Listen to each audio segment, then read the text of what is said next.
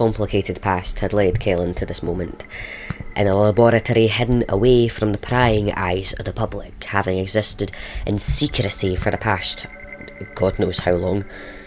Years of hard work and dubious morality now resulted in the man quickly pacing around the hand-built workshop, adjusting scrap metal, connecting wires and tubing, metal panels and chemicals.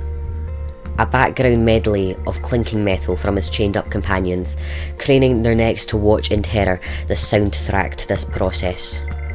After a while, he stood back, examining his work. This had taken him, what, how many years? He was embarrassed it had taken him so long, really, but at least it was done now. You could ask him why he did this, why he did any of this, but he wouldn't give you the answer you wanted. The truth? Well, you wouldn't understand anyway, so fuck you, that's all the answer you'll get. He was relatively happy with how it all looked. It would most likely work. Still, there was only one real way to find out, and he didn't have much time. He knew there had been a tip-off. Kellen sat himself in front of his crusty computer keyboard, buzzing with the ecstasy thrill of anticipation. Wish me luck! He took a moment to speak to his friends, acknowledging their existence. To which there was no response. How rude. Still, he would not let that discourage him.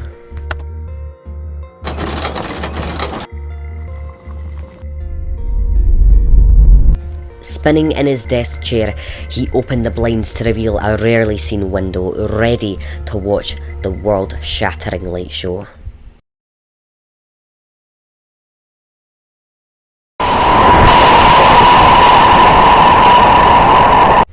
It only took a few moments for the display to begin, with an eardrum-bursting screech as a huge, pulsing beam of neon green shot out for miles.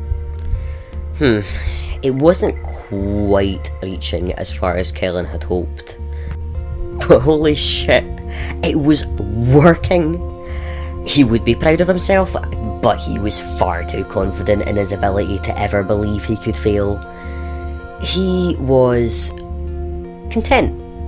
He didn't even care as a SWAT team pulled up, surrounding his lovely little laboratory. Anyway, the illuminations took care of a good number of them. It was their own fault, they were standing far too close. But the dumb cattle didn't know any better, so he couldn't truly blame them. He didn't care as the survivors burst in through his front door, guns locked on him from every angle. He just watched his masterpiece paint the night sky, and slowly raised his hands above his head.